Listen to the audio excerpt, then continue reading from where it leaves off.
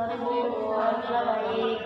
Alhamdulillah baik. Ini harusnya teman-teman udah pulang sekolah ya? Iya Bu. Dan di sini Ibu ingin berterima kasih kepada teman-teman yang sudah meluangkan waktunya untuk mengikuti kegiatan konseling kelompok pada siang hari ini. Nah, jadi Ibu mohon maaf ya sama teman-teman karena mengurangi waktu istirahat teman-teman. Oke. Sebelum memulai konseling pada siang hari ini, alangkah lebih baiknya apabila kita berdoa terlebih dahulu. Mari kita berdoa dimulai.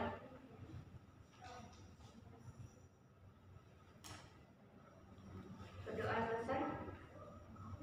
Nah, baik, sebelum kita memulai topik hari ini, apakah ada pertanyaan tentang selebaran yang Ibu bagikan kemarin kepada teman-teman? Oke, tidak ada ya. Nah, alhamdulillah ya pada hari ini kita bisa berkumpul kembali di kelas yang sama setelah kemarin sesi pertama kita udah perkenalan ya. Jadi pada sesi kedua ini kita langsung membahas ke topik permasalahan. Nah,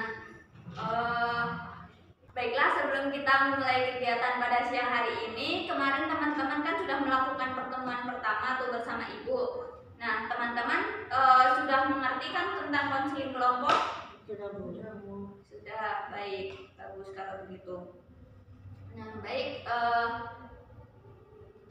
di sini Ibu berharap teman-teman dapat melaksanakan kegiatan konseling kelompok dengan fokus dan tetap konsentrasi pada pemecahan masalah.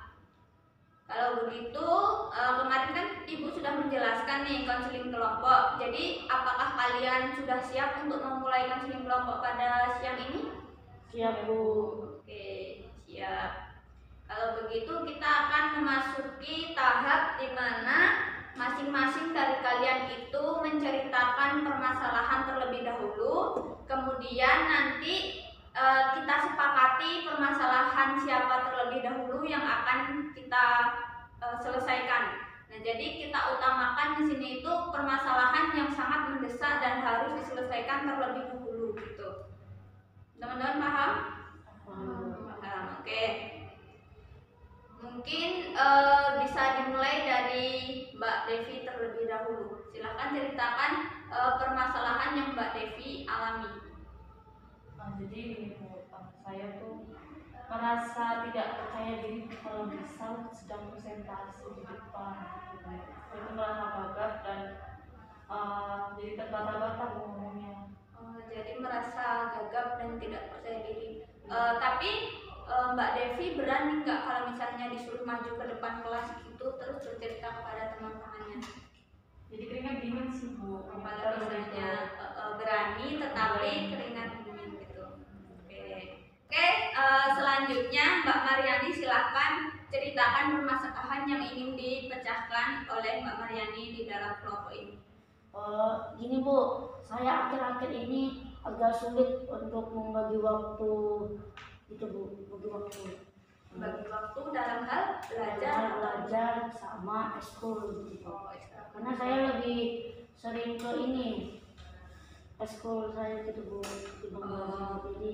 Jadi tugas-tugas saya juga keteteran gitu. Saya bingung Bu, gimana bagi waktunya biar saya bisa belajar, karena kenyamanan ke ekskul terus gitu loh Bu. Lebih nyaman ke ekstrakurikuler daripada mengerjakan tugas gitu ya. Ya. Oke, selanjutnya Mbak Nanda, ada permasalahan apa nih yang ingin diungkapkan dan juga diselesaikan di dalam kelompok ini? Seperti biasa. Saya itu gagal move on. Gagal habis putus ya? Putusnya tuh Bu udah 3 tahun. Tapi sampai sekarang saya tuh belum move on. Padahal saya tuh curhat ke dia ya. Saya tuh sudah kenal sama laki-laki udah banyak ya. Yang gimana ya, yang deket-deket yang jalan sama cowok tuh udah banyak, tapi tetep aja nggak bisa ngelupain si dia. Tolong Bu bantuannya, benar-benar menyiksa. Oke, gitu. Nah, sekarang selanjutnya Mbak Asna nih, permasalahan apa yang ingin Mbak Asna ungkapkan dan juga ingin diselesaikan di dalam kelompok ini?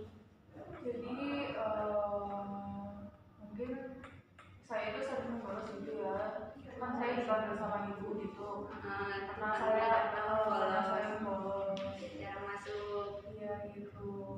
Nah saya menganggap kalau sekolah itu nggak penting Bu, karena di lingkungan keluarga saya, di lingkungan rumah saya itu di banyak yang misal lulusan SD atau SMP itu udah kerja, udah sukses, udah nikah, hidupnya itu enak gitu Bu, tanpa adanya sekolah. Kakak saya juga kemarin lulus S1 sampai sekarang cuma nganggur di rumah, nggak kerja, nggak sesukses teman-teman saya yang cuma lulusan SD atau SMP gitu Bu. Oke, baik. Nah, jadi teman-teman di sini kan sudah pada menceritakan alasannya ya, terus permasalahannya apa. Nah, terus kalau di sini itu permasalahan yang Mbak Asna alami itu tentang motivasi belajarnya yang rendah ya, dikarenakan lingkungannya itu juga kurang mendukung, banyak yang tidak sekolah seperti itu. Kemudian Mbak Asna itu menganggap bahwa sekolah itu tidak penting seperti itu. Nah, dari cerita teman-teman masing-masing tadi, kira-kira untuk hari ini kita akan memecahkan permasalahan siapa terlebih dahulu nih? Mbak Asna terlebih dahulu. Jadi sepakat ya hari ini kita menyelesaikan permasalahan Mbak Asna terlebih dahulu? Sepakat Bu. Baik, apabila semuanya sepakat, apakah Mbak Asna bersedia nih apabila permasalahannya diselesaikan pada hari ini? Bersedia Bu. Baik, bersedia. Nah, kalau begitu Ibu ingin kalian memperhatikan kertas yang Ibu pegang. Nah, di sini Ibu kan menuliskan huruf ada A, B, dan C.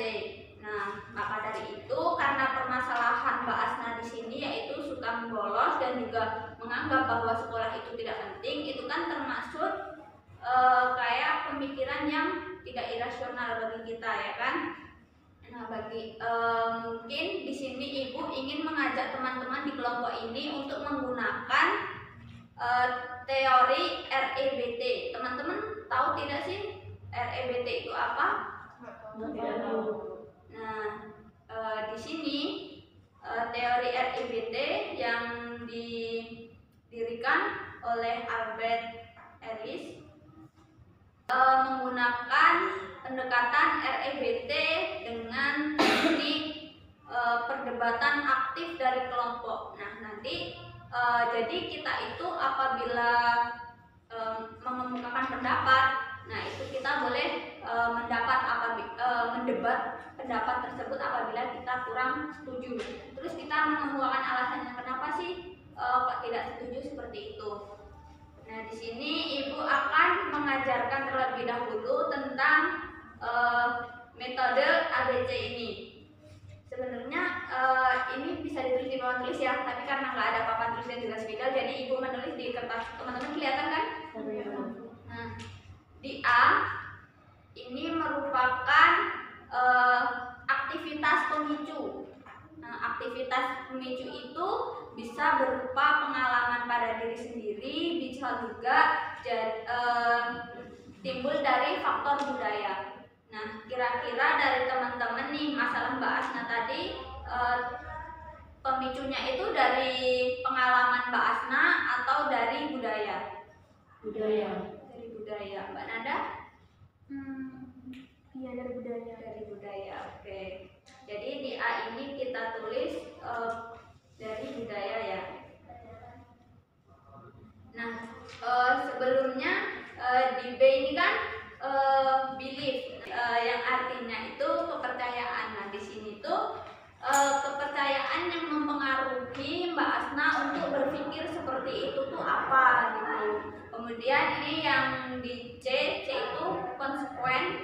Nah, konsekuen itu merupakan perilaku yang nampak. Nah, perilaku yang nampak itu kemarin kan sudah beberapa kali Ibu lihat Mbak Asna ini jarang masuk sekolah ya. Terus kemudian di jam pertama itu, jam pertama kedua biasanya mengikuti pelajaran, namun di jam-jam terakhir tuh biasanya udah hilang, udah nggak ada di kelas, nggak tahu mana itu. Ya Mbak Asna? Iya benar. Oke, nah Kemudian Ibu di sini akan menuliskan di bagian C ini perilaku yang nampak, yaitu Mbak Asna sering membolos sekolah ya.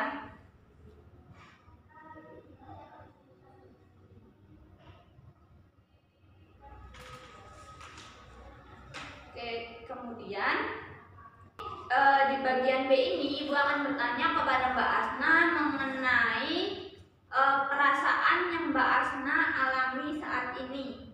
Nah, jadi kira-kira perasaannya bagaimana, Mbak?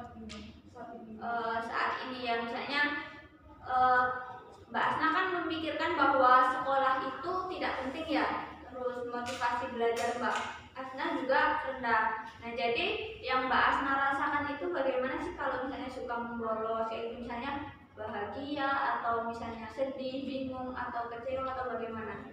Kalau saya sih bahagia-bahagia aja ya, bisa kayak bebas di luar sana, bisa kayak ketemu teman-teman. Bahkan saya juga pernah beberapa kali ya kerja gitu, kayak kerja harian, bisa dapat duit enak gitu. Jadi kayak ngapain sih sekolah, nggak ada apa ya, nggak ada gitu Bu, nggak ada yang di luar bebas gitu. Oke.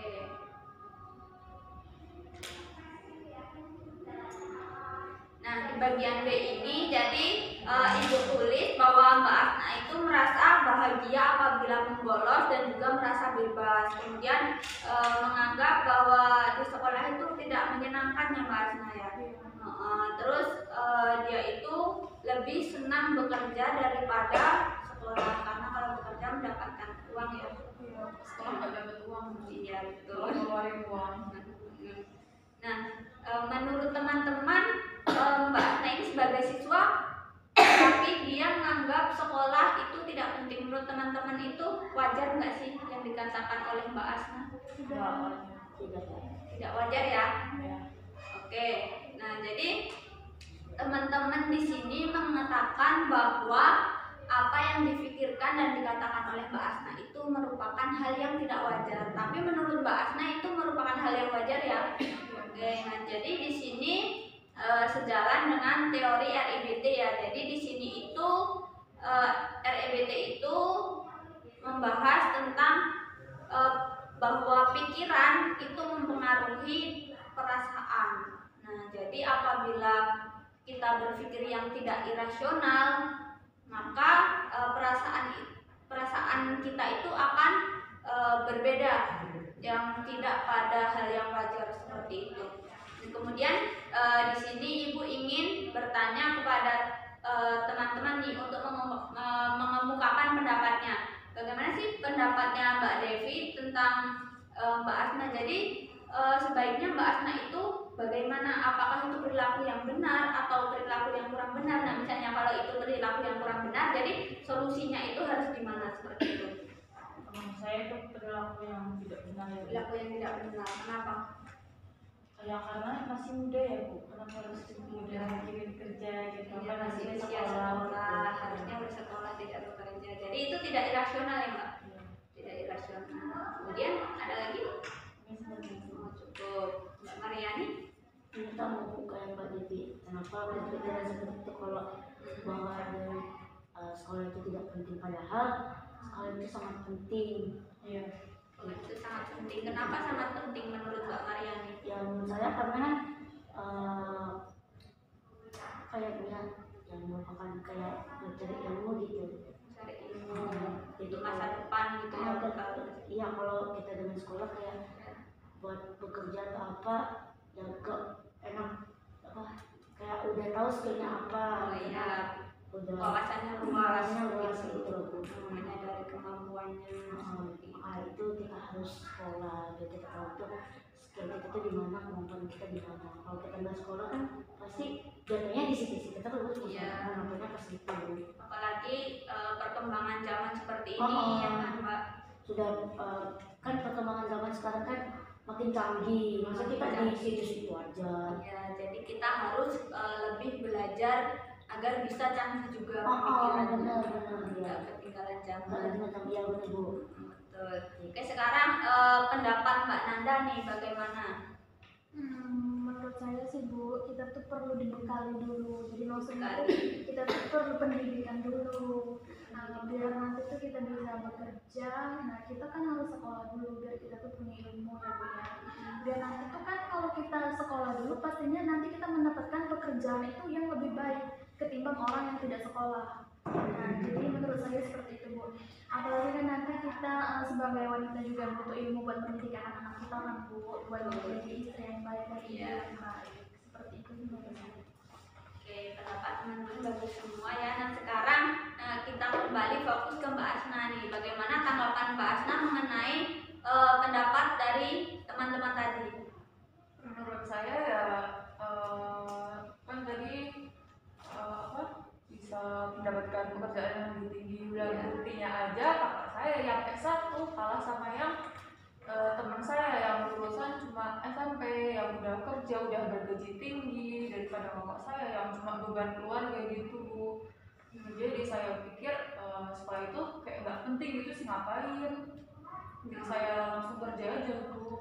Ya, jadi setelah mendengarkan pendapat dari teman-teman tadi, Mbak Asna masih kekeh nih dengan pendapatnya bahwa sekolah itu tidak penting ya. Jadi lebih baik itu bekerja seperti itu.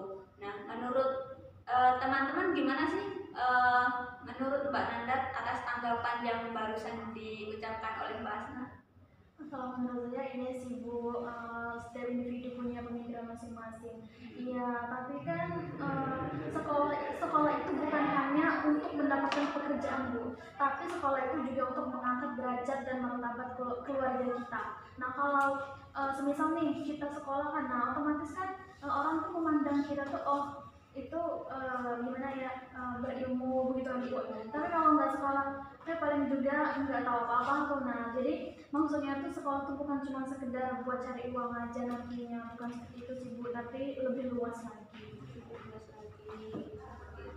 Mbak Asna, apakah bisa memahami perkataan yang diucapkan oleh Mbak Nanda tadi? Sedikit bisa, tapi saya tetap kayak masih belum belum tersadar penuh gitu. Masih belum sadar ya. Jadi itu Mbak Asna masih memikirkan bahwa lebih baik tidak sekolah karena banyak orang yang tidak sekolah tapi dalam bidang kerja itu sukses gitu ya, bisa tajir seperti itu. Nah itu menurut tanggapan Mbak Devi gimana sih? Tanggapan yang barusan Mbak Asna ucapkan ya. Jadi kan setelah kita beri masukan tadi nih, tuh Mbak Asna masih berpikiran bahwa sekolah itu tidak penting. Jadi dia motivasinya itu masih rendah. Tuh. Mungkin itu Bu, cara lingkungannya sih Bu, cara dia berteman juga gitu. Ya itu seharusnya Mbak Asna itu berteman yang bagaimana agar dia berubah? Yang itu ya lebih baik mungkin ya Bu ya. Sekolah gitu ya. Teman-teman yang mementingkan sekolah daripada kerja ya, karena usianya masih usia anak sekolah. Nah, seperti itu Mbak Asna apakah bisa diterima? Mungkin kalau untuk berubah 100% gitu ya, kayak mungkin masih belum bisa. Tapi kalau untuk kayak dikit-dikit lah, mungkin masih bisa menerima gitu. Oke, coba kita dengarkan pendapat dari Mbak Mariani terlebih dahulu ya. Kira-kira bagaimana nih pendapatnya? Yang mana Bu? Yang barusan Mbak Asna bilang bahwa dia masih kekeh bahwa sekolah itu tidak penting, seperti itu. Mungkin menurut saya kenapa masih bahasa ini bilang sekolah itu nggak penting, padahal sekolah itu sangat penting. Ibaratnya gini loh, semisal kita kayak mau melamar kerja semisal di kota-kota besar, pasti itu yang diminta ijazah, ijazah atau bidang apa-apa gitu, karena kan itu sangat penting untuk CV buat lamaran. Nah maka dari itu sekolah sangat penting. Ubahlah pemikirannya Mbak Asna itu, kalau misalnya sekolah itu nggak penting, dia orang dia ke sekolah aja tapi sukses, padahal ya mungkin dia apa ya, gimana ya Bu ya, contohnya. Oh, jadi gini, Mbak Asna itu harus bisa membuktikan ya pemikiran yang irasional itu menjadi rasional. Contohnya itu seperti orang-orang menganggap bahwa sekolah itu buat apa sih, nggak penting. Nah, jadi justru harusnya Mbak Asna itu lebih tertantang dengan ucapan seperti itu ya, lebih termotivasi dengan dia itu lebih bersemangat ke sekolah, belajar, tidak membolos, kemudian matain kata-kata itu loh. Harus dia patahkan kata-kata yang merendahkan seperti itu. Kemudian dia itu sebisa mungkin justru harus berjuang, bagaimana dia itu harus berprestasi, harus menunjukkan kepada orang-orang bahwa ini loh aku sekolah itu aku bisa sukses mendapatkan ilmu, jadi aku tuh tahu ini tahu itu, banyak pengalaman seperti ini seperti itu. Nah begitu Mbak Asna. Kira-kira setelah mendengar pendapat dari teman-teman tadi, apakah Mbak Asna setuju nih untuk merubah perilaku suka membolosnya menjadi rajin ke sekolah, kemudian perilaku atau pikiran yang bahwa sekolah tidak penting itu menjadi sangat penting, dan juga sangat ilmu pelajaran di sekolah itu sangat perlu untuk dipelajari seperti itu. Apakah Mbak Asna ingin merubah pemikiran yang tadinya bahwa sekolah itu tidak penting menjadi penting? Mungkin sedikit setuju mungkin. Masih setuju. Baik, kalau misalnya Mbak Asna sedikit setuju, di sini apakah Mbak Asna bersedia untuk berjanji kepada kita untuk melakukan perubahan tersebut? Mungkin bisa diusahakan gitu. Baik, jadi Mbak Asna setuju ya di sini dan ingin merubah pemikirannya yang seperti itu. Nah, baik, menurut teman-teman gimana nih? Ya udah bagus sih Bu. Sudah bagus. Udah bagus, rasanya mau ini agak berubah. Sedikit perlahan-lahan. Iya, perlahan-lahan. Oke, memang membutuhkan waktu untuk berubah ya. Nah, baik, di sini karena Mbak Asna sudah setuju dengan pendapat kita nih, sudah ingin berubah, maka pada pertemuan depan kita menunggu cerita dari Mbak Asna nih tentang bagaimana sih pemikiran Mbak Asna setelah melakukan kegiatan counseling pada hari ini. Oke, baik. Mungkin ada pertanyaan terlebih dahulu dari teman-teman? Tidak. Baik, apabila tidak ada pertanyaan, apakah kita bisa akhiri pada sore hari ini? Bisa. Baik, kalau bisa sebelumnya Ibu mengucapkan terima kasih atas keaktifan dan juga partisipasi teman-teman dalam mengikuti kegiatan konseling kelompok pada sore hari ini. Nah, kemudian sebelum kita akhiri, alangkah lebih baiknya apabila kita berdoa untuk menutup kegiatan hari ini. Mari kita berdoa terlebih dahulu. Berdoa dimulai. Berdoa selesai. Nah, baik, Ibu akhiri. Cukup sekian. Wassalamualaikum warahmatullahi wabarakatuh. Waalaikumsalam warahmatullahi wabarakatuh.